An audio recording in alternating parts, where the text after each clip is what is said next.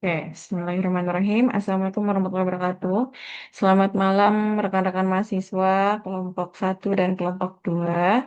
Eh, yang saya kembali eh, mengingatkan ya, bahwa memang presentasi kelompok ini bagian dari pembelajaran SCL ya, di mana nanti penilaian ini akan dijadikan sebagai nilai UAS ya.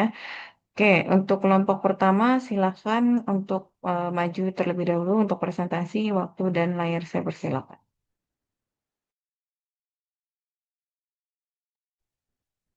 Baik, Bu Mutiara dan teman-teman, izin di sini kami kelompok satu dari kelas AK 609 akan memulai presentasi mengenai Enterprise Risk Management. Izin untuk share screen ya, Bu.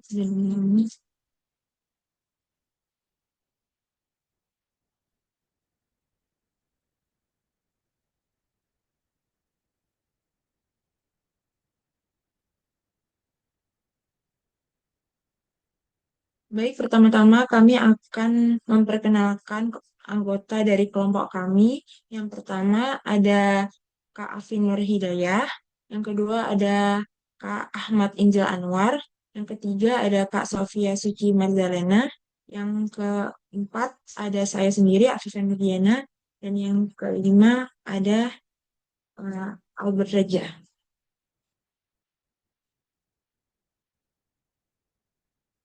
Untuk pertama, bisa dimulai presentasi dari Injil. Pada Injil dipisah.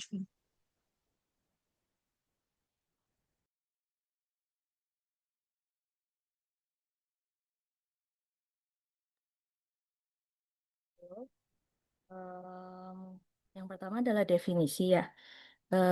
Enterprise Risk Management atau dalam bahasa Indonesianya manajemen risiko organisasi itu merupakan sistem dan proses pengelolaan risiko secara menyeluruh dan terintegrasi dalam organisasi untuk mendukung pencapaian tujuan serta meningkatkan nilai perusahaan. Berikut beberapa sumber yang memberikan definisi terkait IRM ini. Yang pertama adalah manajemen risiko adalah seperangkat kebijakan, prosedur yang lengkap yang dipunyai organisasi untuk mengelola, memonitor, dan mengendalikan exposure organisasi terhadap risiko menurut SPC Workbook. Dan yang kedua adalah Enterprise Risk Management adalah kerangka yang komprehensif terintegrasi untuk mengelola risiko kredit, risiko pasar, modal ekonomi, transfer risiko untuk memaksimumkan nilai perusahaan menurut Lime dan James pada Enterprise Risk Management tahun 2004. Tulis selanjutnya.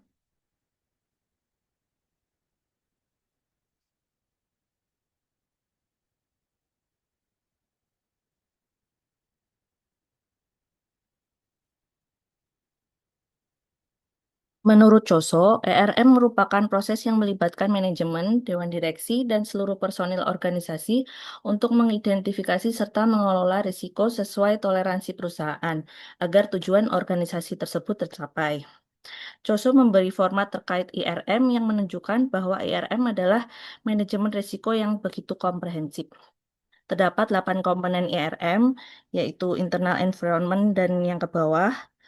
Lalu yang mencangkup 4 resiko, yaitu yang di atas strategic, operation, reporting, dan compliance. Dalam keseluruhan level di organisasi yang meliputi sub business unit, division, dan unity level. Manfaat penerapan IRM-nya itu membantu organisasi. Satu, meminimalkan potensi kerugian. Dua, meningkatkan efektivitas pengambilan keputusan. Tiga, menjaga stabilitas perusahaan. Empat, meningkatkan kepercayaan stakeholder. Dan yang lima, mendukung keberlangsungan usaha jangka panjang. Boleh next. Selanjutnya adalah kerangka manajemen risiko. Gambar berikut menunjukkan IRM sendiri terdiri dari dua elemen besar. Yang pertama adalah proses manajemen risiko, yaitu perencanaan, pelaksanaan, pengendalian, dan yang kedua adalah infrastruktur atau prasarananya, yaitu prasarana lunak dan prasarana keras. yang tujuannya adalah untuk memaksimisasi nilai perusahaan atau memaksimumkan nilai perusahaan itu. Bisa dilanjut. Selanjutnya akan dilanjutkan oleh rekan saya. Baik, terima kasih atas kesempatannya. Izin melanjutkan pemaparan seperti yang dijelaskan oleh teman saya sebelumnya, oleh Kak Afin, bahwa dari manajemen risiko itu ada prasarana manajemen risiko dan proses manajemen risiko. Nah, untuk prasarana manajemen risiko itu terbagi menjadi dua, ada prasarana lunak dan prasarana keras. Prasarana lunak ini adalah sarana pendukung yang bersifat non-fisik, sedangkan yang prasarana yang keras berarti yang bersifat fisik. Nah, untuk prasarana lunak sendiri itu terbagi menjadi dua lagi, ada mengembangkan budaya sadar resiko dan dukungan manajemen. Sedangkan yang prasarana keras bisa terdiri dari eh, teknologi informasi, komputer, ruang perkantoran, dan prasarana fisik lainnya. Baik, kita mulai dari yang prasarana lunak. Dari yang pertama itu mengembangkan budaya sadar risiko. Nah, budaya sadar risiko ini penting dalam suatu organisasi karena dari adanya budaya sadar risiko, itu setiap anggota organisasi itu menyadari adanya risiko dalam pekerjaan dan mempertimbangkan risiko tersebut sebelum mengambil keputusan. Dengan begitu, anggota organisasi akan lebih berhati-hati dan tidak hanya fokus pada keuntungan atau hasil yang ingin dicapai. Jadi dalam menentukan tujuan atau hasil yang ingin dicapai itu harus juga dipertimbangkan resikonya. Apakah resiko itu masih bisa kita toleransi atau tidak. Jadi harus seimbang antara resiko dan tujuan yang ingin dicapai. Nah, jika setiap individu memiliki kesadaran terhadap risiko, maka organisasi secara keseluruhan juga akan menjadi lebih peka terhadap berbagai kemungkinan risiko yang dapat terjadi. Nah, pertanyaannya, bagaimana kita mengembangkan perilaku sadar risiko? Pertama, kita bisa membiasakan anggota organisasi untuk selalu memikirkan risiko dari setiap keputusan yang diambil. Dalam dunia kerja atau bisnis, seseorang seringkali itu terlalu optimis sehingga kurang memperhatikan kemungkinan dampak negatif yang dapat muncul. Oleh karena itu, seperti yang sampaikan sebelumnya itu penting untuk menyeimbangkan antara tujuan yang ingin dicapai dan resiko yang mungkin terjadi. Yang kedua, jadi tidak hanya pada level anggota organisasi, pada level manajemen itu juga perlu mempertimbangkan aspek resiko dalam pengambilan keputusan. Jadi eh, aspek yang dipertimbangkan itu tidak hanya aspek yang bersifat strategis atau operasional. Jadi eh, si- aspek resiko itu juga harus menjadi satu pertimbangan. Jadi dalam mengambil keputusan itu, manajemen itu harus juga memikirkan dan mampu menjelaskan apa ya, memenuhi resiko itu agar jelas agar keputusan yang diambil itu menjadi lebih matang dan terukur. Lalu yang ketiga itu mengadakan workshop atau pertemuan rutin antar anggota organisasi. Dari kegiatan tersebut itu anggota organisasi dapat membahas berbagai kejadian yang berpotensi menimbulkan dampak negatif serta mencari solusi atau langkah pencegahannya. Kegiatan seperti ini membantu anggota organisasi untuk menjadi lebih memahami dan sadar resiko yang dihadapi. Dan yang terakhir, kita bisa memasukkan resiko ke dalam penilaian kinerja. Misalnya organisasi itu memberikan penilaian yang lebih baik kepada keputusan atau investasi yang memberikan hasil tinggi dengan resiko yang masih dapat dikendalikan.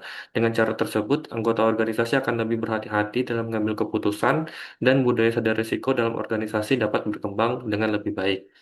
Lalu selanjutnya itu mengenai dukungan manajemen bahwa dalam penerapan manajemen risiko itu membutuhkan dukungan dari pimpinan atau manajemen puncak. Dukungan ini penting karena agar program manajemen risiko itu dapat berjalan dengan baik. Bentuk dukungannya bisa implisit maupun eksplisit. Implisit berarti dukungan itu secara tidak langsung, bisa melalui sikap, keterlibatan, atau perilaku manajemen. Contohnya itu manajemen berpartisipasi pada program-program manajemen risiko. Sedangkan secara eksplisit itu berarti dukungan itu ditunjukkan secara jelas, tertulis dan nyata dalam kebijakan atau tindakan resmi organisasi. Contohnya manajemen puncak mendukung atau ikut merumuskan dan menyetujui visi misi, prosedur, dan kebijakan yang berkaitan dengan manajemen risiko. Next.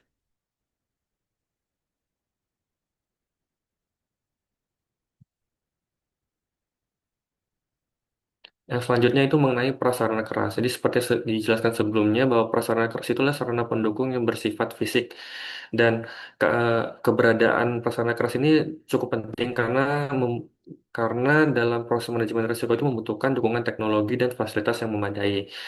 Jadi prasarana keras tadi itu bisa meliputi teknologi informasi, ruang perkantoran, komputer, dan prasarana fisik lainnya.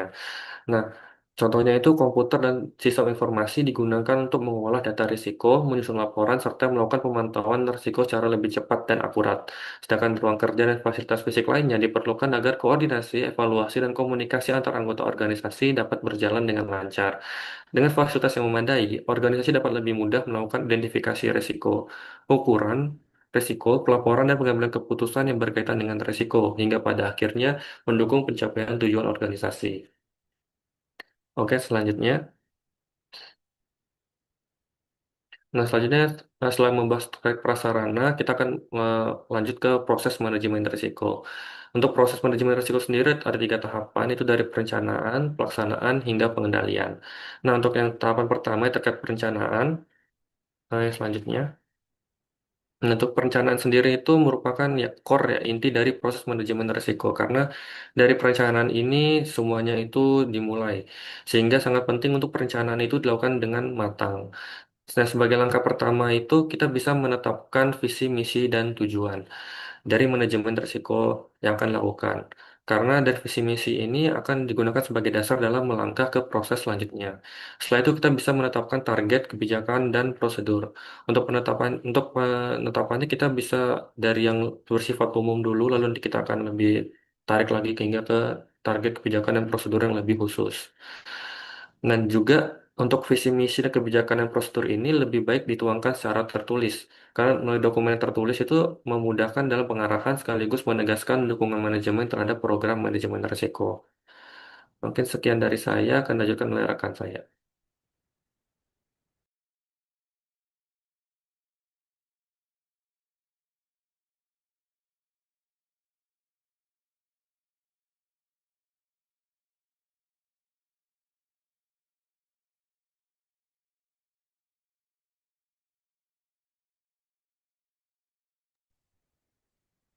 Siapa selanjutnya? Mbak Alvin?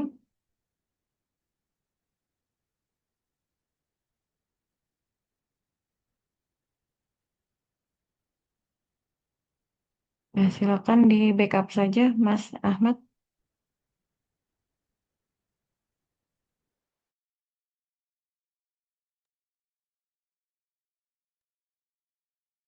Baik, izin melanjutkan kembali. Yang tahapan selanjutnya itu terkait pelaksanaan. Untuk pelaksanaan ini, seperti yang dijelasin sebelumnya tadi, bisa dimulai dari identifikasi resiko. Dan setelah kita mengidentifikasi resiko, kita akan bisa melanjutkannya dengan pengukuran resikonya untuk melihat kemungkinan dan dampaknya. Nah, hasilnya nanti akan dipakai untuk menentukan prioritas resikonya. Lalu kita bisa melakukan pengelolaan risiko dengan cara menghindari, mengurangi, memindahkan, atau menerima risiko. Jadi dari sini kita akan uh, filtering lagi risiko-risiko yang bisa kita toleransi. Nah, itu tujuannya itu dari pelaksanaan ini tuh agar risiko dapat dikendalikan dan tidak mengganggu pencapaian tujuan organisasi. Yang di sebelah kanan adalah contoh dari struktur organisasi manajemen risiko. Jadi uh, dari direktur utama, di bawahnya itu ada yang uh, manajer risikonya dengan dokter lini dan bawahnya ada unit manajemen risiko dan unit manajemen lininya. Selanjutnya,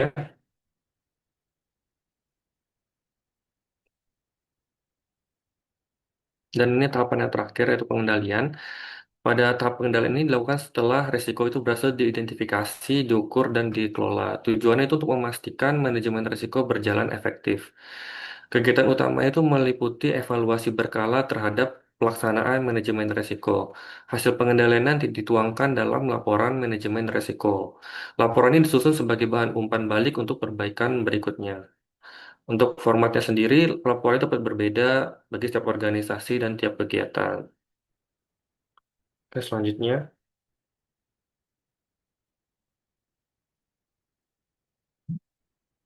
Untuk selanjutnya akan dilanjutkan oleh rekan saya.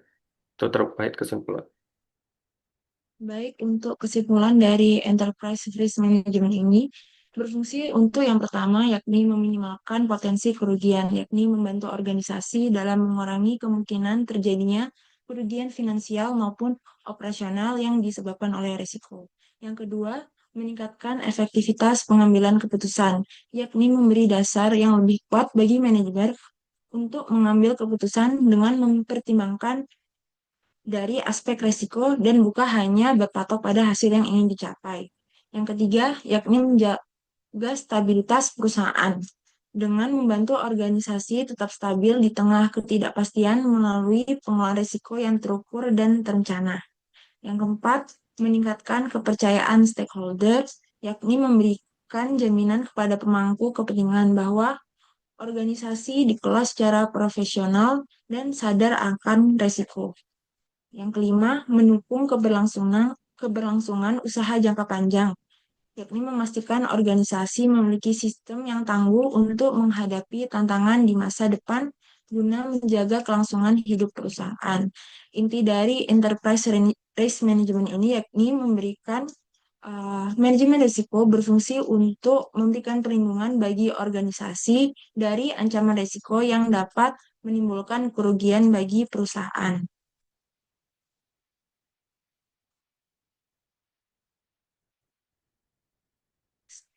Sekian dari kelompok kami. Apabila ada pertanyaan atau tanggapan, kami buka sesi diskusi dan tanya jawab. Terima kasih. Oke, si Mbak Afifah, Mas Mas Ahmad Binzil ya, dan Mbak Afin gitu ya. Tapi tadi hanya tiga yang presentasi ya. Iya, Ibu. Oke, tadi saya lihat ada Mas Albert ya. Mas Albert ada?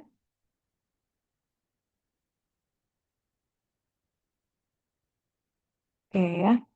Yang, Eh, yang Kak Sibuk Sofia lagi. terkendala koneksi, Bu. Sofia terkendala ini ya.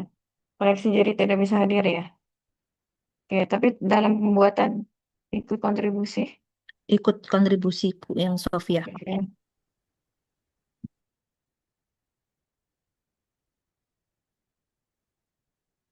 Oke, dari kelompok kedua ada yang mau ditanyakan kepada kelompok satu? Karena ini karena ini FGD ya, yang tadi kan metodenya SCL, tapi di dalamnya harus ada FGD. Jadi kelompok kedua siapa? Oh,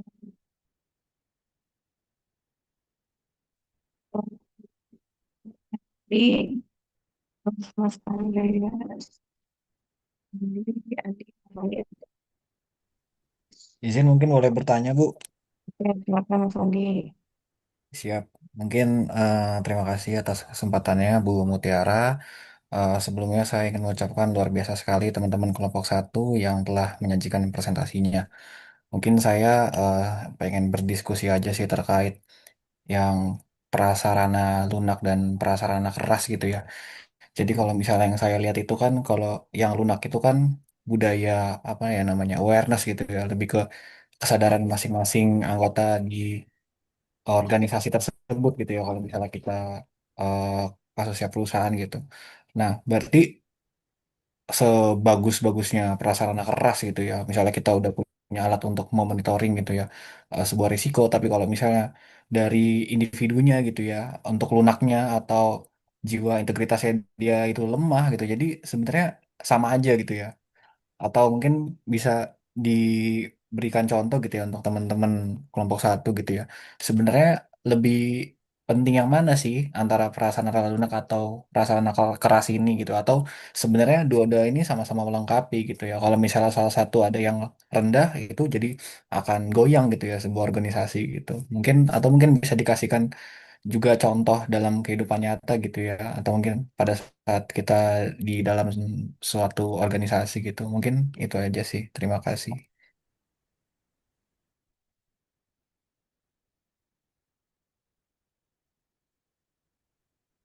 Oke, terima kasih Mas Andi untuk pertanyaannya. Dari kelompok penyaji, apakah mau langsung dijawab atau mau ditampung terlebih dahulu?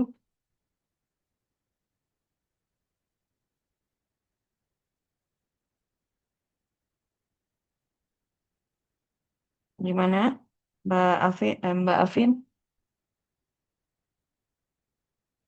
Ditampung sebentar ya, Bu ya. Selain Mas Andi, Teman-teman kelompoknya dari Mbak Azhar Karisma, Mbak Azizah. Tadi saya lihat Mas Andreas, Mas Bogi, dan Mas Solihin tidak hadir ya. Di untuk Mbak Azhar sama Mbak Aziza ada yang mau ditanyakan kepada kelompok pertama?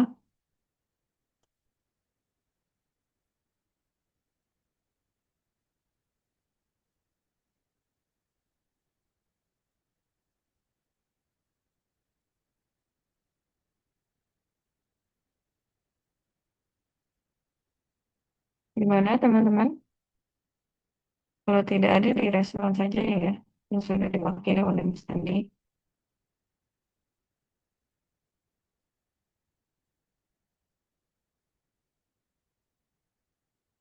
Gimana? Suara saya tidak terdengar ya? Eh, izin bertanya untuk kelompok satu, Ya, silakan. izin Bu dan Karisma. satu, eh, misalnya nih suatu perusahaan udah melaksanakan seluruh proses ERM mulai dari tahap perencanaan, pelaksanaan, eh, eh, terus evaluasi dan terus pengendaliannya.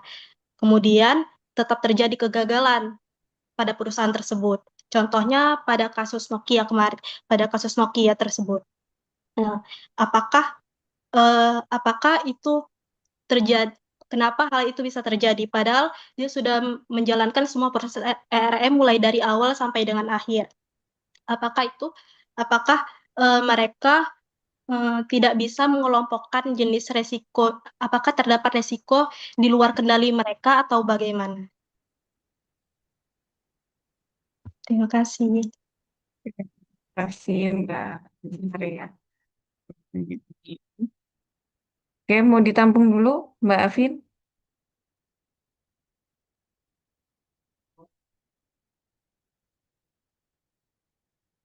Iya, Bu. Bagaimana? Izin untuk Tap- menampung ya. pertanyaannya terlebih dahulu ya. Oke, siap. Jadi ada dua pertanyaan ya. Kalau dari Mas Andi Muhammad tadi pertanyaannya dari perangkat IRM yang lunak maupun yang keras, mana yang lebih penting dan apakah keduanya saling melengkapi gitu ya. Soal pertanyaan dari Mbak Harisma, kegagalan yang dilakukan oleh yang di yang terjadi pada Nokia, apakah itu karena memang IRM-nya yang belum lengkap dijalankan atau bagaimana gitu ya kurang lebih ya, saya rangkum. Oke ya, kalau tidak ada mungkin bisa dilanjut dulu untuk kelompok kedua, nanti Mbak Afin dan teman-teman ya dijawab di apa sesi setelah sesi kedua itu ya, kelompok kedua. Nanti juga saya akan ada penambahan di akhir ya. Oke, kita beri aplaus dulu untuk teman-teman kelompok pertama ya, karena memang sudah baik. Tadi saya lihat juga ada flyersnya juga sudah bagus ya. Terus ada materinya juga lengkap. Terus apalagi tadi ada semacam apa ya, kayak tulisan yang berbentuk gambar yang cukup bisa menggambarkan keseluruhan secara IRM itu sendiri. Oke, saya persilahkan untuk kelompok selanjutnya yang diketuai oleh Mbak Mas Andi Muhammad. Silakan Mas Andi dan rekan-rekan temannya. Mungkin dari layarnya Mbak Afifah boleh di stop share. Terima kasih ya.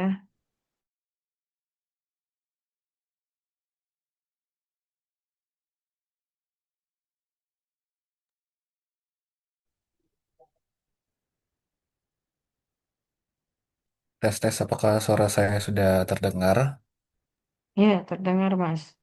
Oh ya, Mbak terima Afifah kasih, Bu. boleh di stop share dulu Mbak Afifah. Izin Mbak Afifah. Oke, silakan Mas Andi dan Oke, teman-teman. boleh di-share juga. Minta tolong Mbak Aziza untuk materinya.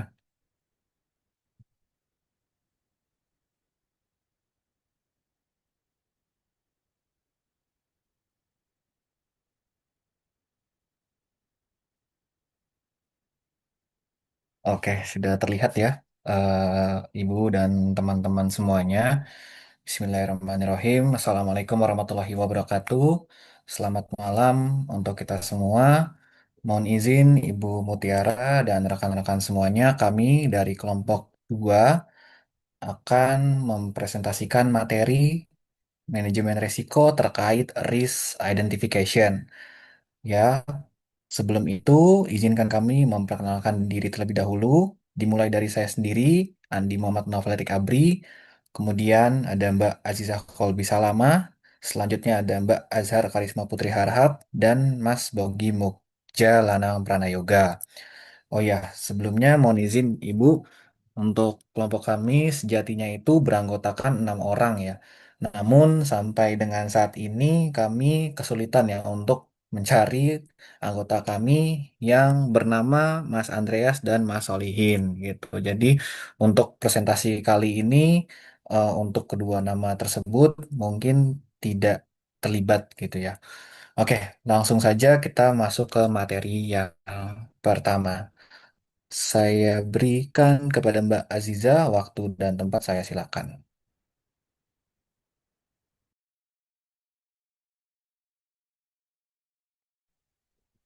Baik, terima kasih Mas Andi. Saya akan menyampaikan materi yang pertama, yaitu pengertian manajemen risiko.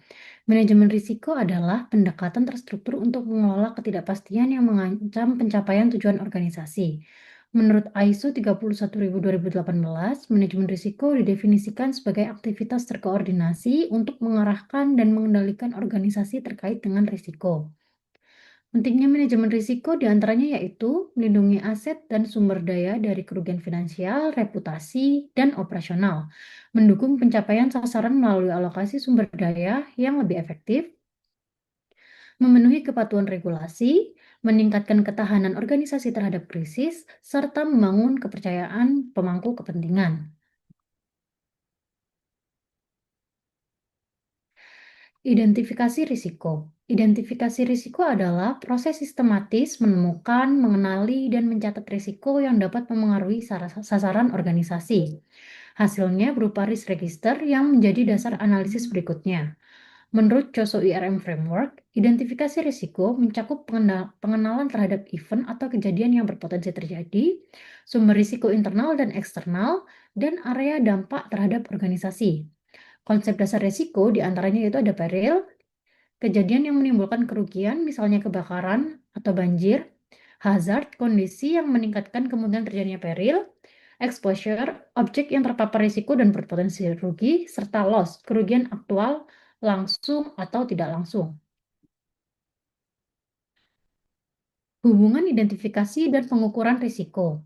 Identifikasi fokus pada apa risiko yang ada, sedangkan pengukuran menilai seberapa besar risiko. Pengukuran melibatkan dua dimensi utama, yaitu kegawatan atau severity, yang meliputi probabilitas dan potensi kehilangan maksimum. Dan juga ada frekuensi, jenis objek yang dapat terkena suatu kerugian, dan jenis kerugian yang menimpa suatu objek. Frekuensi dikategorikan menjadi almost nil, slight, moderate, definite, untuk menilai seberapa sering peristiwa terjadi. Hasil pengukuran dapat diskalakan menjadi 1 sampai 5. Skala 1 yaitu kerugian sangat kecil, serta skala 5 yaitu kerugian sangat besar. Tujuan identifikasi risiko yaitu mengenali potensi ancaman sejak dini terhadap berbagai ancaman yang mungkin dihadapi organisasi, meminimalkan dampak kerugian baik langsung maupun tidak langsung, sehingga organisasi dapat mempersiapkan mekanisme pencegahan dan pemulihan yang sesuai. Mendukung pengambilan keputusan karena identifikasi risiko menyediakan informasi kritis bagi manajemen untuk menentukan prioritas, mengalokasikan sumber daya, memilih metode penanganan, dan mengevaluasi kelayakan proyek, serta menjadi dasar penyusunan strategi pengendalian yang efektif.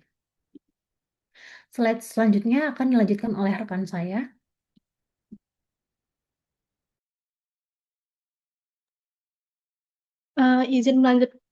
Izin melanjutkan pemaparan dari Kak Ziza. Selanjutnya adalah jenis-jenis risiko. Jenis risiko dapat dikelompokkan berdasarkan sumber terjadinya risiko dan dampaknya terhadap kegiatan maupun tujuan perusahaan. Terdapat 7 risiko. Yang pertama adalah risiko operasional. Risiko ini muncul akibat kegagalan proses internal, kesalahan manusia atau human error, kegagalan sistem, atau kejadian eksternal yang mengganggu aktivitas operasional perusahaan. Penyebabnya adalah kesalahan pegawai, sistem teknologi bermasalah, prosedur kerja yang tidak efektif, kerusakan mesin atau alat produksi, atau gangguan jaringan dan data.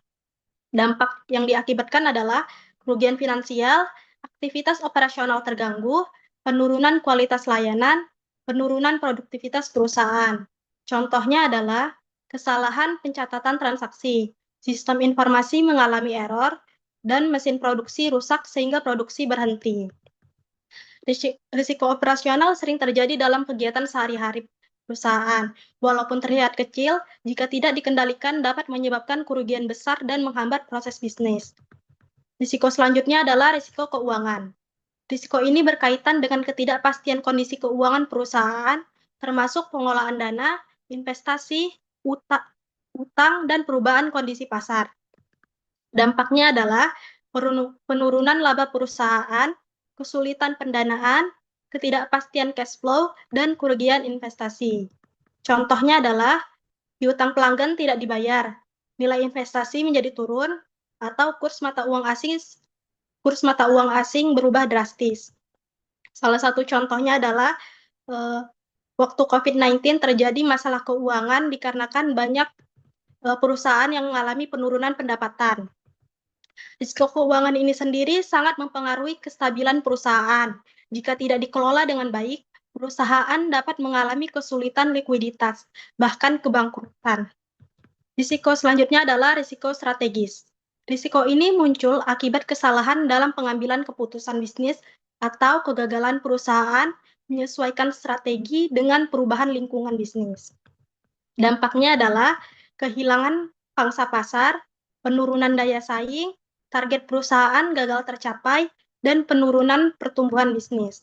Contohnya adalah salah melakukan ekspansi pasar, produk tidak sesuai kebutuhan konsumen, perusahaan terlambat mengikuti perkembangan teknologi. Risiko strategis biasanya berdampak jangka panjang karena berhubungan dengan arah dan masa depan perusahaan. Risiko yang keempat adalah risiko kepatuhan. Risiko ini terjadi akibat perusahaan tidak mematuhi peraturan, hukum, kebijakan, atau standar operasional yang berlaku. Dampak yang terjadi akibat risiko ini adalah denda dan sanksi hukum, kerugian finansial, kerusakan citra perusahaan, dan kehilangan kepercayaan publik. Contohnya adalah pelanggaran pajak, ketidaksesuaian laporan keuangan, atau tidak memenuhi standar keselamatan kerja. Salah satu contoh atau kasus yang pernah terjadi adalah PT Asuransi Jiwasraya yang mengalami masalah besar akibat pengelolaan investasi dan laporan keuangan yang tidak sesuai. Risiko kepatuhan sangat penting, terutama bagi perusahaan yang berhubungan dengan regulasi ketat, seperti perbankan, perpajakan, dan kesehatan. Yang kelima adalah risiko reputasi. Risiko reputasi ini adalah risiko yang terjadi akibat menurunnya kepercayaan stakeholder terhadap perusahaan. Dampak yang terjadi adalah kehilangan pelanggan, penurunan penjualan, sulit mendapatkan investor, dan penurunan nilai perusahaan. Contohnya adalah komplain pelanggan viral di media sosial, produk berbahaya bagi konsumen, dan skandal perusahaan. Salah satu contoh kasus yang pernah terjadi adalah produk mie instan Indomie yang pernah ditarik dari pasar Taiwan karena isu kandungan bahan tertentu yang dianggap berbahaya. Reputasi merupakan aset penting bagi perusahaan. Sekali reputasi rusak, perusahaan membutuhkan waktu yang sangat lama untuk memulihkan kepercayaan masyarakat atau stakeholder. Risiko keenam adalah risiko internal. Risiko internal adalah risiko yang berasal dari dalam perusahaan itu sendiri. Dan contohnya adalah penyebabnya adalah konflik antar pegawai, human error, penyalahgunaan wewenang, atau sistem kerja yang tidak efektif. Dampaknya adalah produktivitas menjadi menurun, kinerja perusahaan menjadi terganggu, terjadinya kecurangan atau fraud. Contohnya, konflik manajemen, pegawai melakukan kesalahan kerja, dan penyalahgunaan jabatan. Salah satu contoh penyalahgunaan jabatan adalah yang terjadi pada Bank Senturi. Selain risiko internal ini biasanya dapat dikendalikan perusahaan melalui pengawasan, pelatihan pegawai, dan sistem manajemen yang baik. Selanjutnya adalah risiko eksternal, yaitu risiko yang berasal dari luar perusahaan dan sulit dikendalikan secara langsung. Penyebabnya bisa terjadi karena inflasi, bencana alam, perubahan kebijakan pemerintah, kondisi ekonomi global, atau pandemi. Untuk dampaknya adalah yang pertama, biaya operasional bisa menjadi meningkat. Yang kedua, penurunan daya beli masyarakat. Yang ketiga, gangguan distribusi. Dan yang keempat adalah penurunan permintaan pasar. Contohnya adalah inflasi yang menyebabkan harga bahan baku naik, gempa bumi yang merusak fasilitas perusahaan, dan pandemi yang menghambat aktivitas bisnis. Walaupun sulit dikendalikan, perusahaan tetap harus mengantisipasi risiko eksternal dengan melakukan perencanaan dan strategi mitigasi. Next slide. Selanjutnya adalah proses identifikasi risiko. Proses identifikasi risiko ini adalah tahapan sistematis untuk mengenali, menganalisis, dan menentukan prioritas risiko agar organisasi atau proyek dapat mengantisipasi masalah sebelum terjadi. Terdapat 5 tahapan utama dalam proses identifikasi risiko. Tahap pertama adalah menentukan konteks risiko. Pada tahap ini, organisasi harus memahami terlebih dahulu tujuan yang ingin dicapai, ruang lingkup pekerjaan, serta lingkungan internal dan eksternal. Contohnya, jika perusahaan memiliki target meningkatkan penjualan sebesar 20%, maka semua potensi hambatan yang bisa mengganggu target tersebut harus dipetakan. Selain itu, kita juga perlu memahami kondisi internal, seperti sumber daya manusia, teknologi, anggaran, dan prosedur kerja.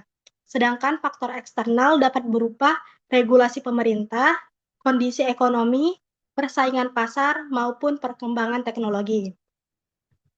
Tidak kalah penting, pada tahap ini juga dilakukan identifikasi stakeholder, yaitu pihak-pihak yang berkepentingan seperti manajemen, karyawan, pelanggan, supplier, dan investor. Output dari tahap pertama ini adalah organisasi memiliki gambaran yang jelas mengenai konteks dan ruang lingkup yang akan dianalisis. Tahap kedua adalah mengidentifikasi sumber risiko. Di sini kita mencari faktor atau kondisi yang berpotensi menimbulkan risiko. Beberapa metode yang umum digunakan antara lain brainstorming, wawancara, observasi langsung, dan studi dokumen.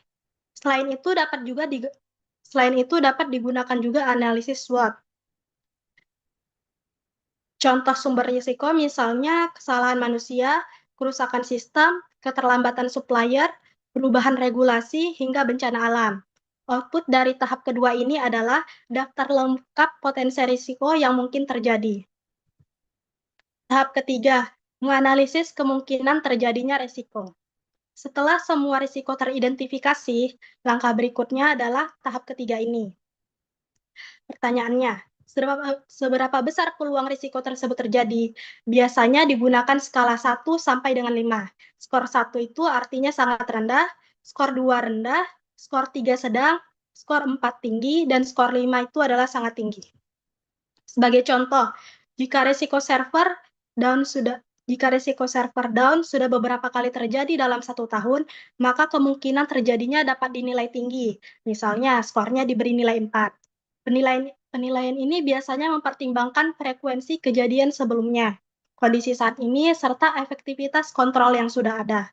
Output dari tahap ini adalah nilai probabilitas atau kemungkinan dari masing-masing risiko. Tahap keempat adalah menilai dampak risiko. Pada tahap ini, kita mengukur seberapa besar konsekuensi apabila risiko benar-benar terjadi. Skalanya juga menggunakan angka, yaitu dari angka 1 sampai dengan 5.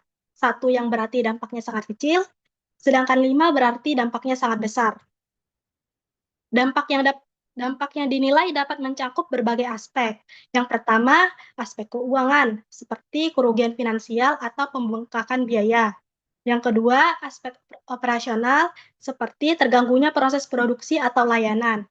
Yang ketiga, aspek reputasi, seperti menurunnya kepercayaan pelanggan.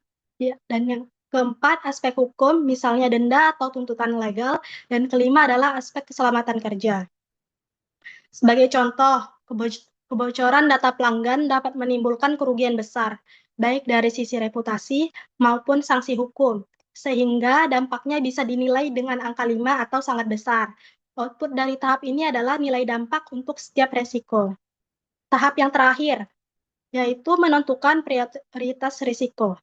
Caranya adalah dengan menghitung skor risiko menggunakan rumus skor risiko sama dengan kemungkinan dikali dampak. Contohnya itu adalah jika suatu risiko memiliki kemungkinan 4 dan dampak 5, maka skor risikonya adalah 20, 4 dikali 5. Setelah itu, risiko dipetakan ke dalam matriks risiko. Umumnya, skor rendah berarti risiko dapat dipantau. Skor sedang berarti perlu dikendalikan, dan skor tinggi harus segera ditangani. Dengan cara ini, organisasi dapat fokus pada risiko yang paling krisis terlebih dahulu. Output akhir dari tahap ini adalah prioritas risiko dan faktor dan fokus penanganannya. Hasil akhir dari keseluruhan proses ini adalah nilai kemungkinan, nilai dampak, serta prioritas penanganan. Informasi ini kemudian menjadi dasar bagi manajemen dalam mengambil keputusan mitigasi dan pengendalian risiko. Proses identifikasi risiko ini sendiri merupakan langkah penting dalam manajemen risiko. Melalui 5 tahapan ini, organisasi dapat menjadi lebih siap menghadapi ketidakpastian dan meminimalkan kerugian. Dengan manajemen risiko yang baik, organisasi tidak hanya mampu menghindari masalah, tetapi juga meningkatkan peluang mencapai tujuan secara efektif. Selanjutnya akan dilanjutkan oleh rekan saya. Terima kasih. Oke, next slide, Mbak Aziza. Oke, selanjutnya mungkin tadi sudah dijelaskan ya oleh Mbak Azhar sama Mbak Aziza terkait identifikasi risiko, pengertiannya, tujuan, proses, sampai jenis-jenisnya juga. Nah, pertanyaannya gimana sih caranya kita untuk mengidentifikasi ya, atau untuk mendapatkan resiko-resiko yang mungkin potensi terjadi pada organisasi kita. Nah, jadi metode identifikasi risiko itu adalah cara ya atau teknik yang bisa digunakan untuk menemukan, mengenali, dan mencatat berbagai risiko yang berpotensi menghambat pencapaian tujuan organisasi atau perusahaan. Nah, di sini bisa teman-teman lihat semuanya ada beberapa ya, ada 7 metode atau mungkin bisa lebih nanti di berbagai sumber yang lain, metode untuk mendapatkan resiko yang berpotensi terjadi untuk menghambat tujuan kita. Nah, yang pertama di sini ada metode brainstorming ya, teman-teman. Nah, jadi brainstorming sendiri itu merupakan teknik yang sebenarnya umum gitu ya, digunakan dalam mengidentifikasi risiko. Nah, brainstorming ini melibatkan proses penyatuan gitu ya, semua pihak yang terkait dalam bidang pekerjaan atau proyek atau unit risiko guna mengidentifikasi berbagai kemungkinan risiko yang mungkin akan mempengaruhi bidang pekerjaan atau proyek atau unit risiko tersebut. Nah, agar brainstorming ini menjadi efektif, dalam prosesnya itu harus melibatkan individu yang memiliki pengetahuan, pengalaman, dan keahlian yang luas dalam manajemen resiko, terutama di lingkungan bidang pekerjaan atau proyek atau unit resiko tersebut. Nah, di sini ada kelebihannya ya dari brainstorming ini ya, jadi bisa menghasilkan banyak masukan dari berbagai sudut pandang gitu. Nah, kemudian ada teknik wawancara gitu ya. Jadi wawancara ini ya seperti biasa kita tahu kita akan mengumpulkan informasi melalui tanya jawab dengan pihak yang terkait. Dan untuk kelebihannya jadi kita juga bisa mendapatkan informasi gitu ya, lebih spesifik lagi atau lebih mendalam kepada orang yang kita wawancarai gitu. Dan orang yang kita wawancara ini juga harus adalah orang yang ahli gitu ya atau yang emang expert di bidangnya gitu agar hasil yang ingin kita dapatkan atau resiko yang ingin kita identifikasi itu bisa lebih akurat lagi. Atau mungkin sebenarnya kalau di sumber lain yang saya baca itu ada sebutannya yang namanya teknik Delphi gitu ya, atau the Delphi teknik.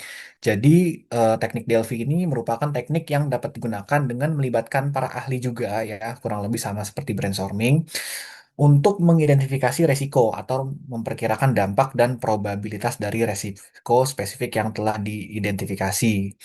Nah, jadi eh, udah diketahui gitu ya resikonya apa atau belum tahu, ya itu bisa dicarikan dengan teknik Delphi ini gitu. Teknik Delphi ini sebenarnya lebih ke arah kuesioner terbuka atau wawancara yang secara mendalam gitu. Nah, dari manajer resiko juga bisa ngerangkum gitu ya dan juga menyimpulkan berbagai tanggapan dari para ahli yang didapat dan memunculkan perkiraan berdasarkan hasil kuesioner terbuka atau wawancara mendalam tersebut. Nah, dari wawancara itu nanti bisa didistribusikan lagi gitu ya untuk melakukan beberapa kali pengulangan hingga nanti ada keputusan yang absolut gitu ya, yang akhir gitu ya, sehingga ketemulah untuk resiko yang paling relevan gitu atau yang paling akurat. Oke, kemudian ada observasi gitu ya. Jadi observasi ya kurang lebih ya kita mengamati langsung aktivitas atau proses kerja dari sebuah organisasi. Ya nanti kita juga kelebihannya kita bisa menemukan gitu ya resiko nyata karena kita mengamati langsung. Ya tapi mungkin lebih apa namanya ya, kekurangannya lebih ke waktu gitu ya karena ya kita harus melihat secara langsung dan kita harus tahu alurnya seperti apa. Jadi ya pasti akan memakan waktu di situ. Dan kemudian ada checklist ya. Checklist ini mungkin lebih ke analisis daftar periksa gitu ya, checklist analisis. Jadi analisis checklist ini merupakan teknik ya yang umumnya digunakan untuk mengidentifikasi atau menemukan resiko dan mengelolanya dengan menggunakan daftar periksa gitu ya. Daftar periksa itu dengan membuat daftar atau list ya berbagai item, langkah atau bahkan tugas dan kemudian dianalisis lebih lanjut terhadap kriteria untuk mengidentifikasi dan menentukan apakah prosedur diselesaikan dengan benar atau tidak. Nah, itu untuk checklist gitu ya. Jadi nanti kita menggunakan daftar risiko yang telah disusun sebelumnya. Nah, ini sebenarnya lebih sistematis dan juga mengurangi adanya resiko-resiko yang terlewat gitu ya, teman-teman semuanya. Dan kemudian ada juga nih metodenya yakni analisis dokumen gitu ya. Atau daftar resiko gitu atau risk register gitu ya.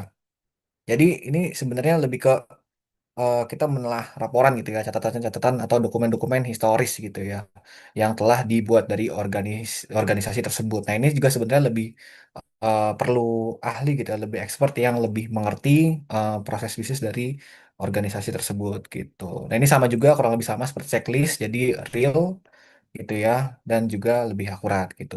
Ada juga selanjutnya ya, ada analisis historis. Jadi mengkaji kejadian risiko yang pernah terjadi di masa lalu dan juga ada analisis SWOT yang kurang lebih kita sudah ketahui bersama ya teman-teman semuanya. Oke, mungkin itu saja ya untuk terkait metode untuk menemukan ya atau mengidentifikasi sebuah risiko yang potensi terjadi pada suatu organisasi. Next.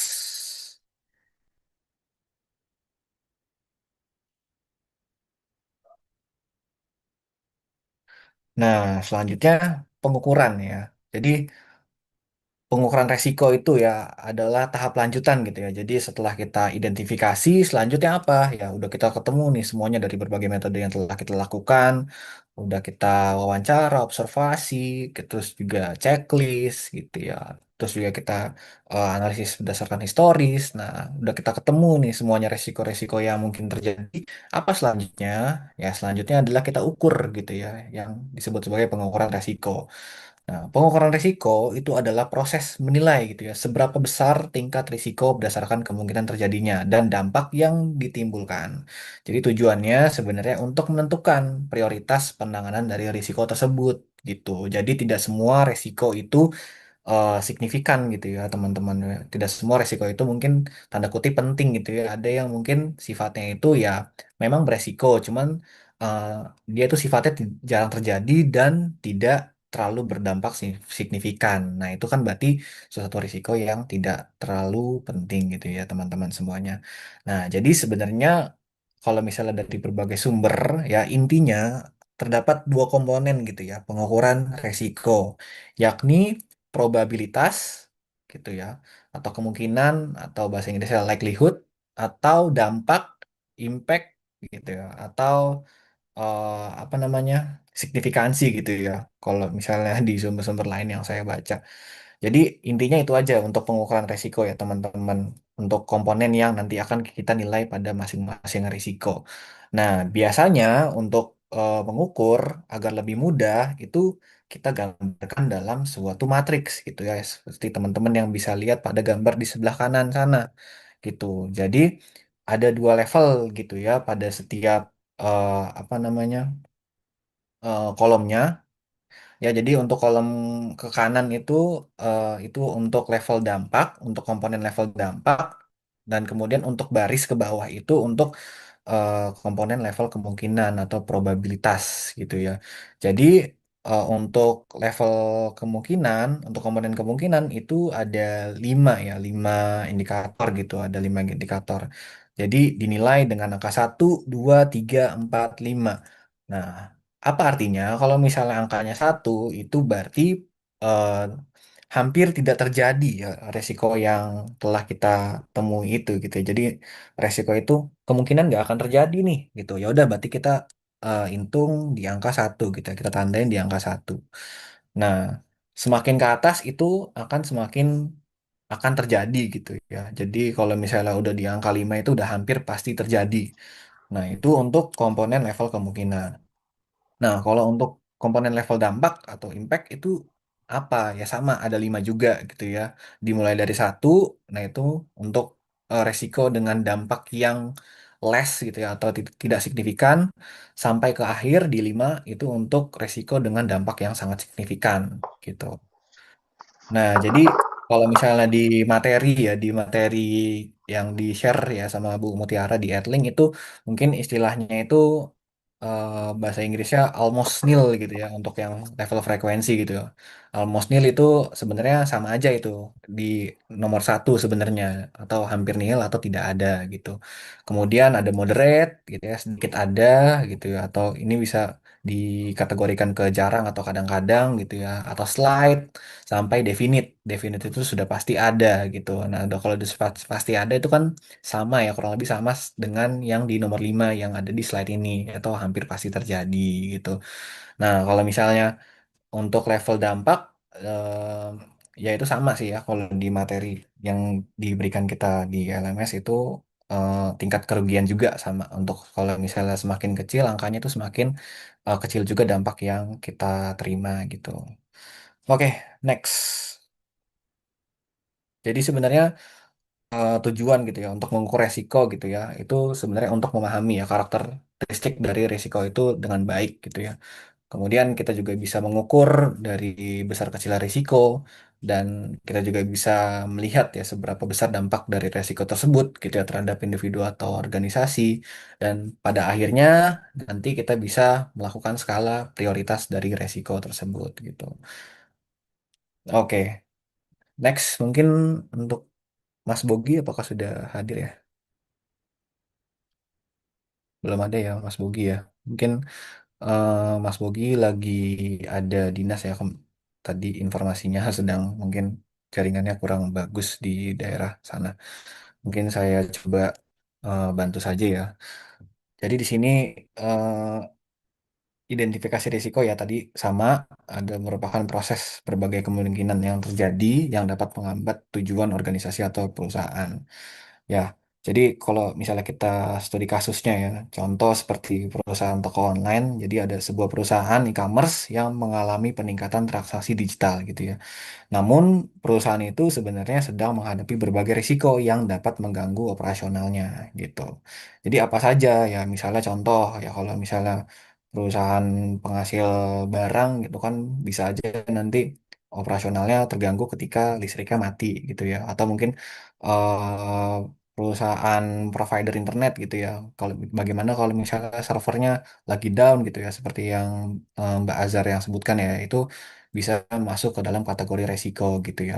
Kalau misalnya itu sangat berkaitan dengan tugas, fungsi atau proses bisnis dari perusahaan itu mungkin bisa lebih prioritas lagi gitu ya. Kayak contohnya tadi gitu ya, kalau misalnya kita penyedia jasa internet ya kalau misalnya servernya down itu kan berarti udah fatal banget gitu ya jadi untuk pelanggan juga udah nggak bisa ngakses gitu ya pasti nanti akan ada potensi kerugian atau kepercayaan juga ada loss dari sisi income-nya juga jadi bisa menyebar kemana-mana gitu ya karena satu resiko itu ya satu resiko yang tadi servernya down itu.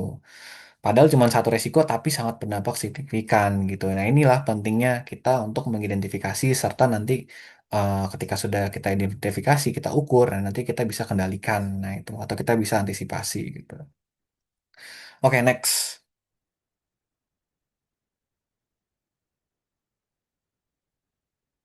Ya, ini tadi ya, resiko yang mungkin terjadi bisa terjadi ya kebocoran data pelanggan atau gangguan server atau mungkin ada penipuan transaksi, keterlambatan pengiriman dan kesalahan sistem pembayaran. Ya, ini resiko-resiko yang memang seharusnya sudah diantisipasi dan juga harus diskala prioritaskan sehingga bisa diambil keputusan atau decision yang tepat untuk apa namanya supaya resiko-resiko ini ya sebisa mungkin nggak usah terjadi gitu ya teman-teman semuanya.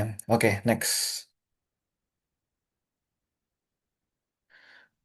Ya, ini kurang lebih sama untuk probabilitas dari skala 1 sampai 5 ya, dimulai dari yang pertama dari sangat rendah sampai ke sangat tinggi untuk terjadi gitu ya. Next. Nah, ini juga sama untuk dampak resiko.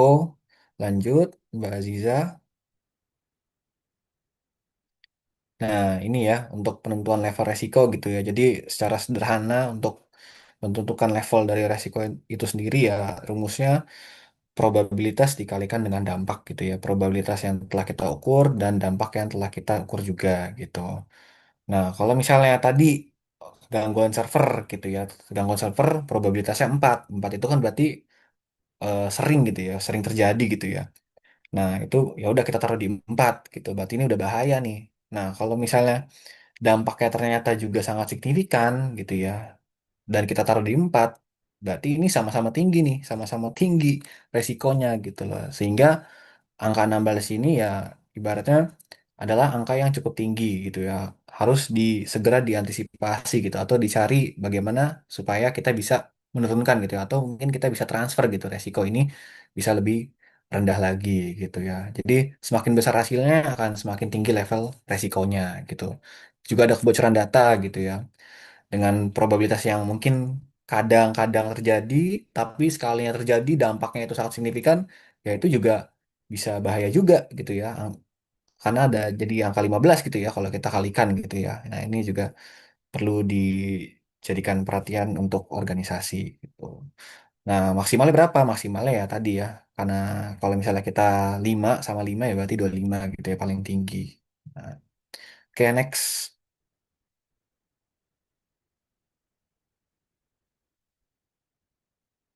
Ya, ini ya pengendalian resiko gitu ya. Jadi, apa itu pengendalian resiko? Jadi, pengendalian resiko itu adalah langkah atau strategi yang dilakukan untuk mengurangi kemungkinan terjadinya resiko, mengurangi dampak kerugian, melindungi aset dan tujuan organisasi. Tujuannya apa ya? Tujuannya tadi ya, untuk menjaga stabilitas dari organisasi terhadap resiko-resiko yang telah diidentifikasi. Kemudian kita juga bisa meminimalkan kerugian dan meningkatkan keamanan dan efisiensi kerja gitu ya. Jadi ada 4 strategi ya dalam pengendalian resiko gitu ya. Ada risk avoidance, ada risk reduction, ada risk transfer, dan risk acceptance. Gitu. Next.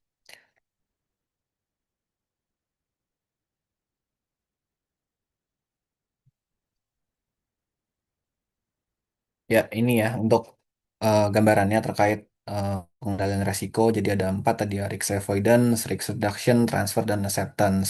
Kalau avoidance itu kita lebih ke menghindari resiko gitu. Jadi strategi bagaimana cara kita bisa menghindari eh, aktivitas yang memiliki resiko tinggi gitu ya. Ya tujuannya apa ya? Tujuannya mencegah resiko terjadi sejak awal gitu. Contoh ya, perusahaan tidak menggunakan sistem yang tidak aman gitu. Kemudian menghindari investasi yang terlalu berbahaya gitu ya. Kalau misalnya kita bergerak di bidang keuangan ya kita bisa mungkin untuk perputaran uangnya itu kita taruh ke aset-aset atau instrumen yang lebih secure atau yang lebih aman gitu ya supaya nanti eh, dananya juga tidak hilang terlalu banyak gitu ya dan kepercayaan publik juga bisa semakin meningkat gitu. Kemudian tidak menyimpan data penting di perangkat pribadi. Kemudian ada risk reduction gitu ya, kita mengurangi resiko gitu ya, tapi resiko itu tetap ada.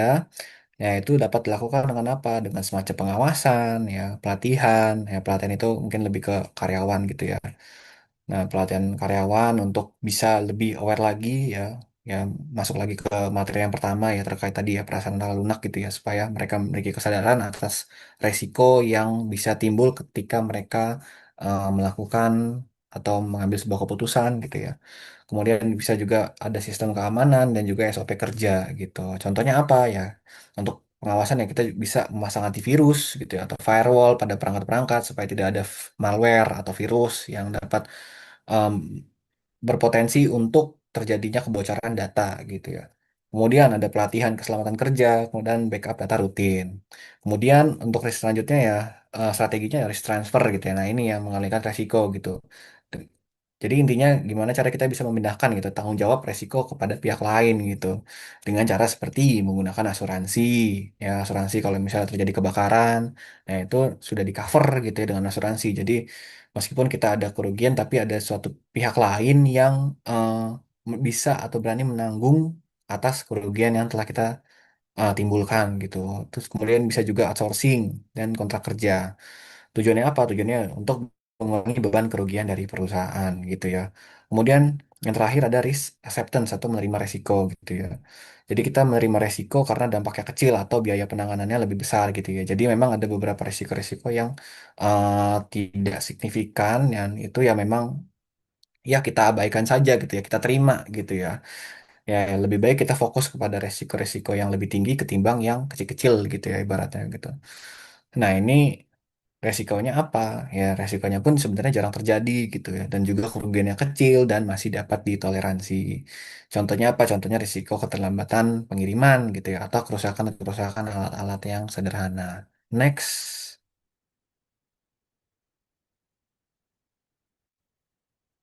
Baik, Ibu dan teman-teman semuanya, sekian presentasi dari kami kelompok 2 ya terkait risk identification. Selebihnya apabila terhadap kesalahan kata ataupun perbuatan, kami meminta maaf. Baik, saya tutup, kurang lebihnya mohon maaf. Assalamualaikum warahmatullahi wabarakatuh. Saya kembalikan ke Bu Muti. Oke, terima kasih ya untuk kelompoknya Mas Andi, Mbak Aziza, Mbak Zahra ya. Oke, materinya sangat lengkap tadi juga disertai dengan contoh-contoh ya. Eh, Kita beri aplaus dulu ya, teman-teman. Untuk kelompoknya kita beri apresiasi dulu. Ya, untuk kelompok satu, adakah yang mau bertanya tuh? Yang lain yang masuk ke dalam Zoom ini ada 20 orang, 19 orang ya. Oke, Izin izin bertanya Bu untuk kelompok satu. ya, silakan Kelompok Mbak. dua. Mau bertanya mengenai tadi cara mengukur resiko. Tadi kan menggunakan matriks, skala dampak, dan kemungkinan. Dalam me- mengukur resiko tersebut, mana yang lebih diutamakan melihat dari skala kemungkinannya atau skala dampaknya? Tadi kan ada yang eh, dalam matriks ada 5 di sisi kiri dan 5 di sisi kanan. Yang mana itu sama kan? Tapi mana yang lebih diutamakan dari skala dampak atau skala kemungkinannya? Terima kasih.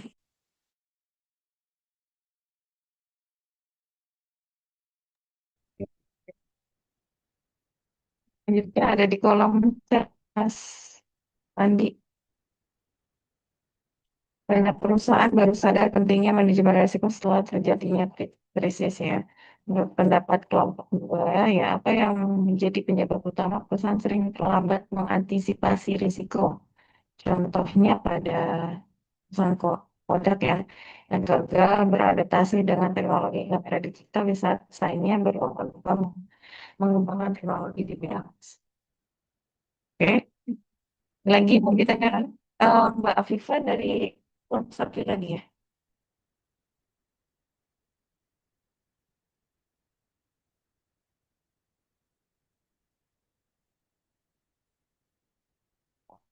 Itu ada kelompok satu.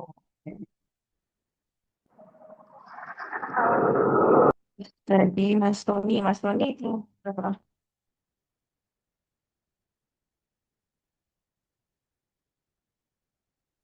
Kelompok 4 Bu kayaknya Bu.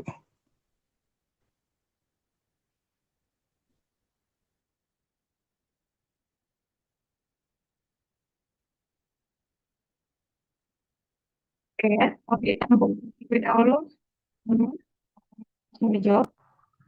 Mau izin bertanya, Bu? Buat kita nanya ya. Iya, izin saya harus Bu.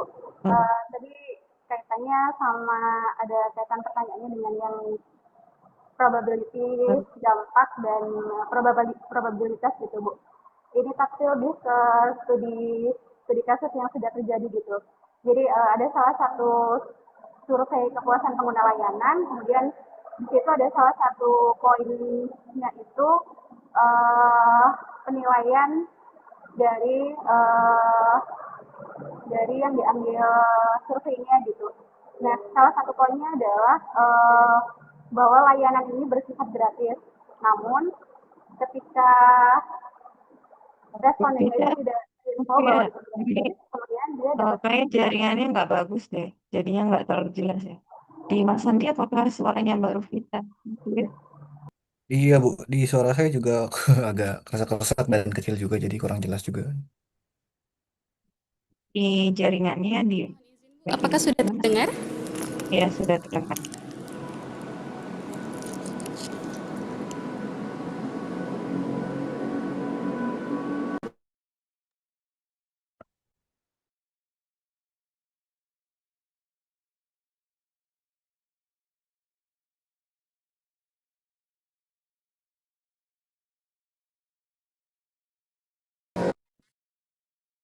Mohon izin Bu, apakah sudah terdengar?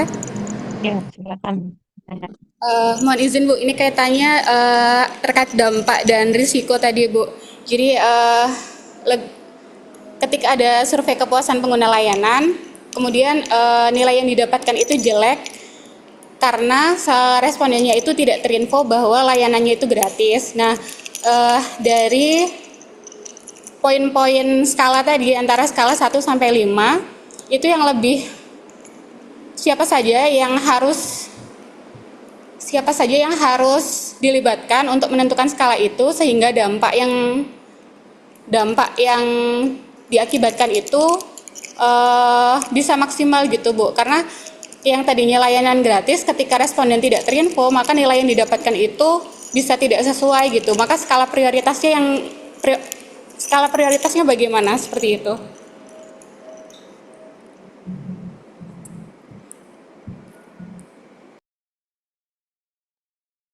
Jadi apakah sudah eh, menangkap pertanyaan dari Mbak Vita?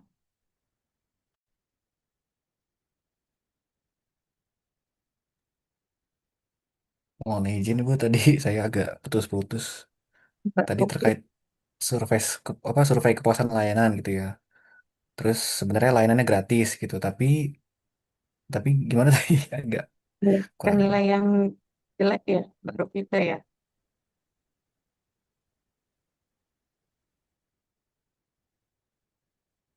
Kurang lebihnya siapa saja pihak yang harus dilibatkan dalam penentuan skala agar skalanya itu bisa kualitasnya bagus gitu Bu. Jadi dampak yang dihasilkan juga bagus gitu Bu. Oke, siapa saja yang terlibat? Penentuan skalanya bagaimana?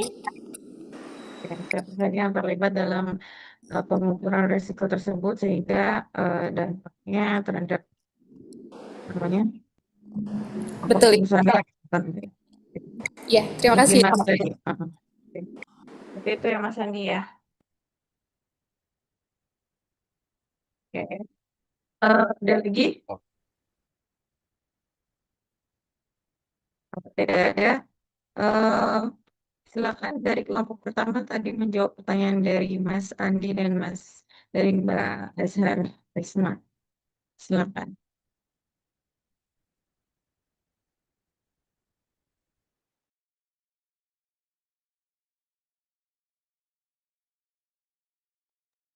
Izin menjawab yang pertanyaan kedua dulu ya Bu, yang terkait IRM yang sudah bagus, tapi kenapa tetap kolaps atau bangkrut? Contohnya Nokia tadi.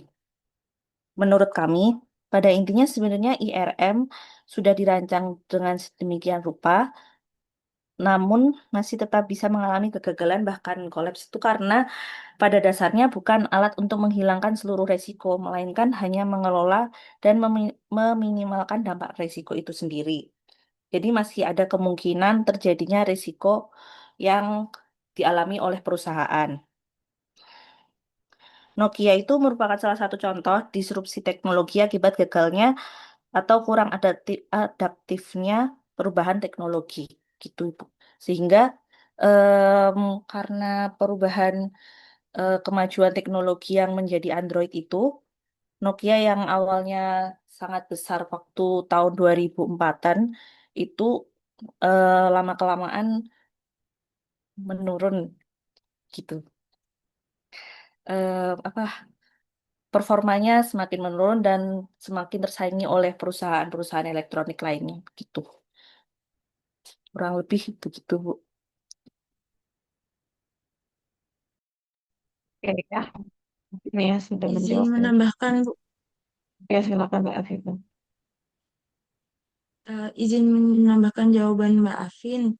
Eh, jadi Nokia walaupun sudah menerapkan IRM, mungkin dari sisi operasionalnya perlu juga mempertimbangkan resiko yang dikelola dan tidak dapat dikelola atau uncontrollable dan controllable rebellious rebel risk. Jadi dari segi pengendalian mungkin Nokia tidak bisa menjangkau sisi pasar global yang di mana pasar global saling bersaing untuk menunjukkan kekuatan teknologi mereka. Sedangkan Nokia dari sisi kontrol risk perlu ditingkatkan. Misal dari segi inovasi, mereka harus meningkatkan inovasinya atau mungkin dari segi biaya mereka biaya, ada sedikit pembebanan di biaya produksi. Jadi selain melihat komponen IRM, mungkin eh, Nokia juga perlu mempertimbangkan antara risiko yang dapat dikelola dan tidak dapat dikelola tersebut.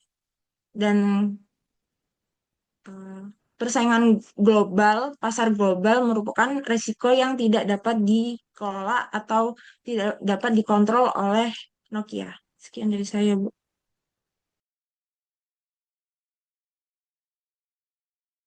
Oke, Mbak Afin dan Mbak Afifah. Siap. Apa sih Nokia itu gagal ya teman-teman ya? Karena satu kesalahan dari brand tersebut ya. Nah, brand tersebut itu sudah merasa memang terlalu percaya diri ya. Ya nggak sih? Dulu kan dia merajai apa handphone di seluruh merek gitu ya. Karena tadi terlalu percaya diri, ya, karena memang merasa dominasi pasar mereka hampir 40% gitu ya. Sehingga dia menganggap brand-brand lain itu ya tidak akan mengganggu pasar mereka. Ya. Mereka juga mungkin karena terlalu percaya diri itu sehingga merasa eh, budayanya juga agak seks ya, di mana memang ada iklim ketakutan. Jadi dari uh, middle manajernya, ya manajemennya itu tidak melaporkan kegagalan ibaratnya ada pesaing ini gitu. Dia tidak hanya menerima dari direksinya, hanya menerima laporan yang manis-manis saja bahwa memang mereka tidak bisa terkalahkan oleh pihak persaingan aku, gitu ya. Terus eh, apa ya sehingga mereka ujung-ujungnya juga akan kalah dengan apa namanya kayak Apple ya, memang memperkenalkan konsep eh, apa namanya komputer di saku gitu ya, smartphone. Nah, dia juga mau bisa bahwa memang handphone itu yang penting daya tahan baterai atau kalori fisiknya itu kan kuat ya, kalau Nokia itu kuat banget. Jadi dia tidak memikirkan bahwa memang ada aspek software ataupun ekosistem aplikasi yang harus eh, akan seharusnya lebih diunggulkan, karena kan semakin apa ya semakin berzaman tahun ke tahun gitu ya, maka bukan hanya fisik saja yang boleh, tapi dari softwarenya juga harus kalau menurut saya gitu ya, memang dari segi RM-nya yang tadi merasa untuk puas diri, dan eh, pihak top manajernya, top manajemennya tidak menerima eh, laporan yang memang apa ya dibuat untuk mawas diri, tapi cukup yang diberi apresiasi sehingga nanti sehingga mereka merasa aman-aman aja ya. Oke, paling itu dari saya, dari Mbak Afin dan Mbak Afifah sudah cukup jelas juga. Mungkin dari pertanyaannya Mas Adam, Mas Adam, Mas Andi, ini mau dijawab. Mas Andi. Oke, Mas Izin Adam. Ibu Mutiara, izin menjawab untuk pertanyaan Mas Andi. Suara saya terdengar jelas? Ya, terdengar Mas. Oke, untuk pertanyaan Mas Andi tadi, mana yang lebih penting antara prasarana lunak dan prasarana keras atau hard infrastructure dan soft infrastructure, dan berikan contohnya juga. Kalau menurut saya, untuk materi Enterprise Risk Management atau IRM ini, prasarana lunak dan prasarana keras itu sama-sama penting karena keduanya saling mendukung dalam proses pengelolaan risiko organisasi. Kalau di materi tadi sudah dijelasin ya untuk prasarana lunak dan prasarana keras. Kalau prasarana lunak itu membangun kesadaran setiap anggota organisasi supaya selalu mempertimbangkan risiko sebelum mengambil keputusan. Jadi contohnya itu manajemen memasukkan aspek rasio dalam penilaian kinerja atau ada penilaian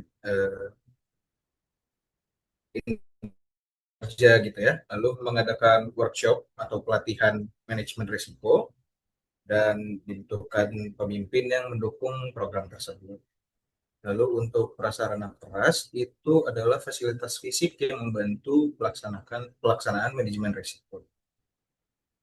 Kalau pertanyaan mana yang lebih penting, kadang kita ngerasa prasarana lunak itu sering dianggap lebih penting karena eh, kalau misalnya human-nya nggak bagus atau sumber daya manusianya nggak bagus, mau pakai fasilitas bagus apapun eh, pasti bisa gitu, pasti mikirnya. Tapi kalau misalnya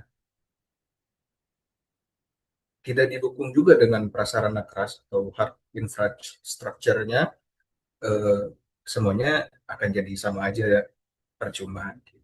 Kalau untuk contohnya, itu misalnya sebuah bank memiliki sistem atau website komputer yang canggih untuk mendeteksi risiko kredit, tapi pegawainya atau manajemennya itu nggak jujur atau nggak peduli terhadap risikonya. Jadi kalau itu terjadi, maka risikonya eh, tetap akan kejadian dan akhirnya merugikan perusahaan atau organisasi. Mungkin sekian penjelasan saya untuk pertanyaan Mas Andi. Kalau teman-teman Anda yang mau ditambahkan, dipersilakan. Terima kasih ya. Tadi ya, IRM yang di prasarana lunak dan prasarana keras itu memiliki peranan yang apa yang berbeda ya. Jadi keduanya memiliki peranan yang masing-masing harus dijalankan. Gitu ya. Kalau tadi kan yang sudah dijelaskan oleh pihak penyaji bahwa prasarana lunak itu seperti budaya, sedangkan kerasnya lebih ke arah ruang kantorannya, peralatan fisik, dan teknologi informasi. Jadi keduanya saling eh, kita masing-masing. Kalau ditanya mana yang lebih penting gitu ya, dalam suatu organisasi benar apa kata Mas Albert ya, contohnya tadi eh, kalau misalkan um, hardnya sudah baik gitu ya, misalkan perangkatnya atau teknologinya sudah mumpuni gitu. Tapi kalau dari sisi budayanya itu tidak bisa tidak ada apa ya, budaya sadar risiko gitu ya. Jadi kalau misalkan secanggih apapun bisa aja teknologinya dimanipulasi ya oleh orang-orang tertentu di dalamnya yang mempunyai kepentingan gitu. Karena kan teknologi juga bisa manipulasi ya, sehingga nanti kalau misalkan mana yang lebih penting antara soft ya maupun hard, menurut saya lebih pentingan soft gitu, karena budaya yang ada di dalam perusahaan itu yang cukup bisa mengerem ya tindak resiko kejahatan atau kecurangan gitu ya, dibandingkan dengan dampaknya. Dampak itu juga penting gitu ya, kayak misalkan untuk mempermudah apa namanya penjualan ataupun produksi gitu kan emang harus pakai teknologi ya. Cuman kalau misalkan untuk eh, budayanya itu juga nggak kalah penting gitu ya, sehingga nanti akan meminimalisir tingkat risiko yang terjadi dalam usaha. Itu Mas Andi ya. Kalau sudah terjawab, saya jawaban dari Mas Albert dan kurang lebihnya saya tadi menambah.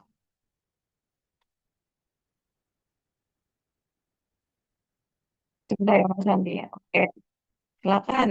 Eh, kalau sudah, berarti menjawab ya. Pertanyaan kedua dari silakan dijawab.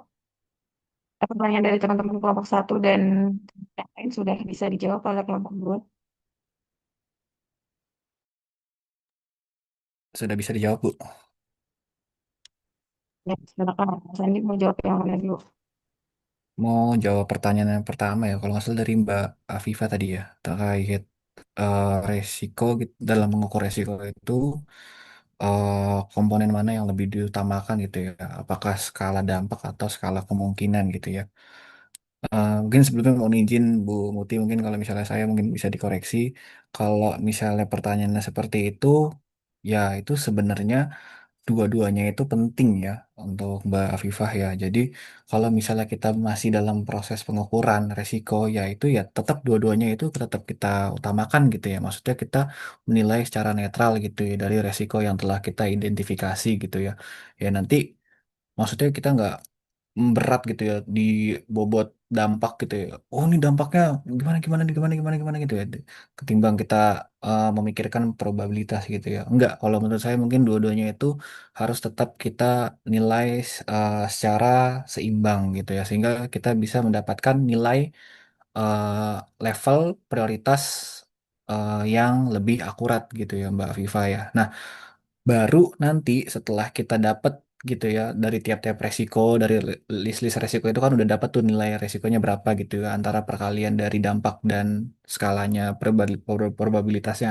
Nah, baru tuh di situ mungkin bisa terjadi perbedaan gitu ya resiko mana yang harus kita utamakan gitu ya dalam penanganannya gitu ya. Mungkin ada resiko yang levelnya itu tinggi gitu ya, tapi bukan berarti level yang paling bawah itu kita nggak kita peduliin ya atau nggak kita hiraukan gitu ya. Nah, di situ sebenarnya ada kecenderungan gitu ya bahwa secara umum organisasi atau perusahaan itu terkadang lebih memerhatikan gitu ya dalam hal penanganannya di resiko yang memiliki dampak yang besar gitu ya.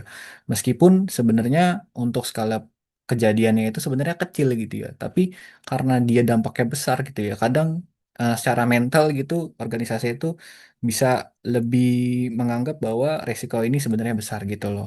Nah, jadi kalau misalnya tadi balik lagi ke pertanyaannya, kalau misalnya secara kita ukur di awal ya menurut saya ya fair gitu ya. Maksudnya dua-duanya sama penting. Baru nanti di urutan prioritasnya itu baru nanti ada judgement gitu ya yang lebih subjektif lagi dari masing-masing organisasi gitu ya. Karena kenapa? Karena kadang ya tadi kalau misalnya dia probabilitas rendah tapi dampaknya tinggi itu kadang-kadang bisa jadi penting juga gitu ya karena contohnya misalnya ada terjadi bencana alam gitu ya mungkin dia berada untuk perusahaannya itu berada di daerah-daerah yang sering terjadi bencana alam gitu ya. Nah mungkin walaupun sebenarnya jarang gitu ya nggak kita nggak tahu kapan dia terjadi tapi karena sekalinya kejadian itu bakal bisa hancur operasional bisa rusak dan mengalami kerugian yang tinggi. Nah, itu bisa jadi penting juga gitu ya. Makanya mungkin sekarang kita tahu gitu ya ada istilah yang namanya disaster recovery plan gitu ya atau eh, rencana untuk mengrecover sesuatu terjadinya bencana gitu. Ya mungkin kurang lebih itu ya untuk Mbak Afifa ya pertanyaan pertama gitu. Mungkin mau ditambahin dulu sama Bu Mutia.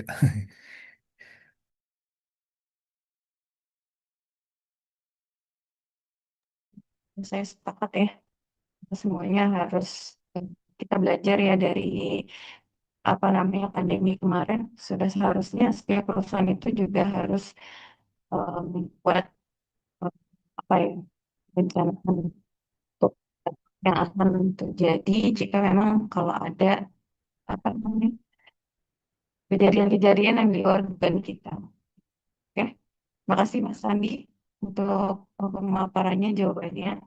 Oke, mau dilanjutin lagi. Pertanyaan siapa yang akan jawab selanjutnya? Selanjutnya nanti mungkin bisa dilanjut sama Mbak Azizah, Bu. Silakan Mbak Ya, Azizah. silakan. Baik, izin menjawab pertanyaan yang kedua tadi. Eh, Banyak perusahaan baru sadar manajemen risiko setelah terjadi krisis. Apa penyebab utama perusahaan sering terlambat mengantisipasi risiko? Contohnya tadi disebutkan ada Kodak yang gagal beradaptasi dengan teknologi kamera digital saat pesaingnya berlomba-lomba mengembangkan teknologi di bidang tersebut.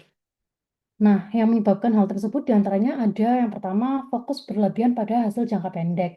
Jadi seringkali organisasi hanya fokus pada keuntungan saat ini yang ingin dicapai. Dalam kasus Kodak yang disebutkan tadi, fokus pada dominasi pasar kamera analog membuat Kodak ini mengabaikan potensi risiko dari munculnya teknologi baru.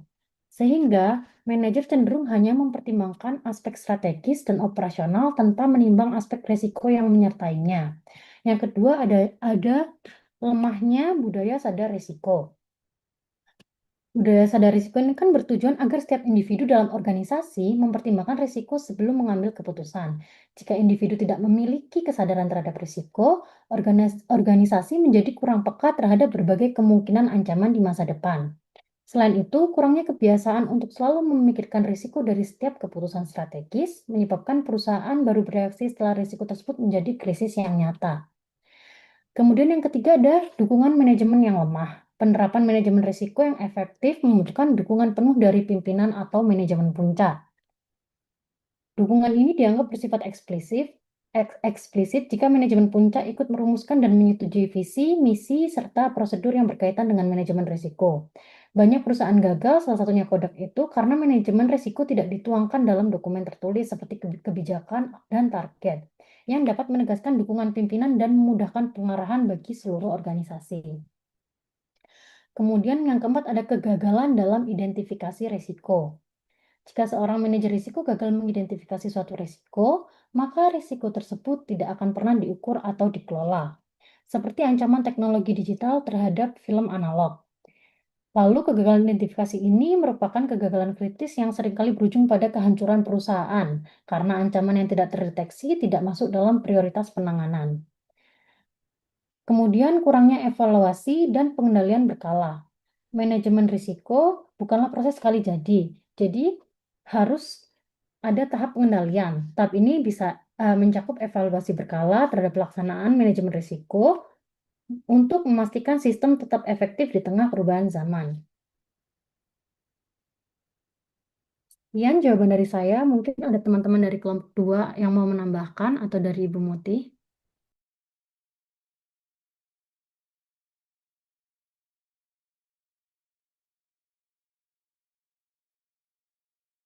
Oke, sudah bagus Mbak Azizah tadi ya.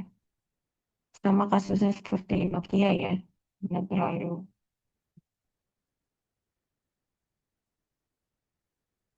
Mungkin langsung dilanjut pertanyaan yang ketiga ya Bu ya. Atau ada teman-teman yang mau menambahkan?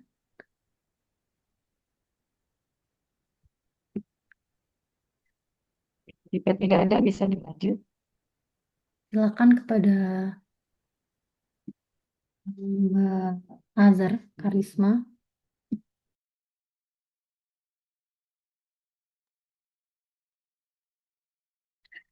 Izin Ibu Muti dan teman-teman, izin menjawab pertanyaan dari Mbak Rupita. Pihak yang harus dilibatkan dalam menentukan skala penilaian survei itu adalah pihak yang dapat membantu identifikasi risiko agar hasil survei sesuai tujuan organisasi. Dalam kasus ini, risiko yang terjadi adalah pelanggan tidak mengetahui bahwa layanan tersebut gratis sehingga memengaruhi hasil survei kepuasan. Agar skala penilaian dan dampaknya lebih baik, pihak yang perlu dilibatkan adalah yang pertama adalah manajemen. Contohnya kalau di kantor pelayanan pajak adalah kepala kantor pelayanan pajak dan kepala seksi pelayanannya yang bertugas menentukan tujuan pelayanan, standar penilaian survei, dan kebijakan perbaikan layanan. Yang kedua adalah petugas pelayanan atau frontliner. Kalau di kantor pajak bisa melibatkan akun representatif atau AR, petugas tempat pelayanan terpadu, helpdesk, dan pegawai pelayanan, yang dimana pihak-pihak ini mengetahui langsung gimana kondisi di lapangan, serta kendala yang dialami oleh wajib pajak saat menerima layanan. Terus pihak yang ketiga adalah pelanggan atau pengguna layanan itu sendiri, yaitu kalau di kantor pajak biasa disebut wajib pajak, yang dimana pihak ini memberikan penilaian dan masukan terkait kualitas pelayanan serta kejelasan informasi yang diberikan. Dan yang terakhir adalah tim evaluasi atau manajemen risiko.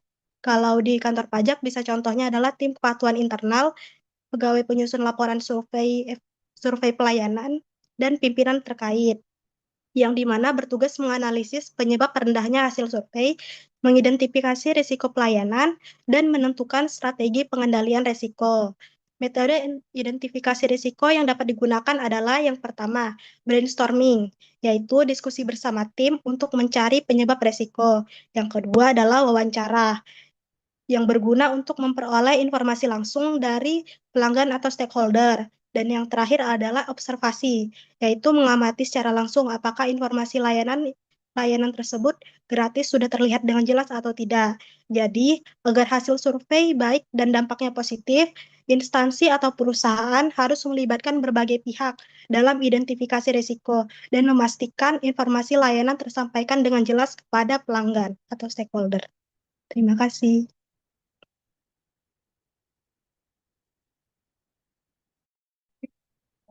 Kita sudah dijelaskan semua oleh kelompoknya Ci. Ada lagi yang mau dijawab? Sudah tidak ada lagi ya? Nanti ya. Kasih semua Mas Tony sudah dijawab. Oke, semua sudah baik gitu ya, materinya juga sudah lengkap. Jadi saya tidak perlu menambahkan ya. Intinya setiap perusahaan harus ada namanya buat cara untuk meminimalisir resikonya gitu ya. Oke, ada lagi yang mau ditanyakan materi hari ini IRM dan identifikasi risiko? Ada, ya, ya sudah Mbak Ziza. Ada mau ditambahkan lagi Mbak Ziza? Sudah cukup. Oke, sudah kita akhiri pertemuan hari ini ya. Sebelum itu saya mau apa namanya, foto terlebih dahulu ya. Oke, silakan yang bisa on cam, silakan on cam, yang tidak bisa tidak. Oke, satu, dua, tiga. Oke, sudah ya. Bisa akhiri. Terima kasih untuk kelompok satu dan kelompok dua. Kita bertemu lagi di jadwal yang sudah saya berikan di kelompok tiga dan empat ya. Assalamualaikum warahmatullahi Waalaikumsalam. Terima kasih banyak. Waalaikumsalam warahmatullahi wabarakatuh. Terima kasih banyak, Bu. wabarakatuh.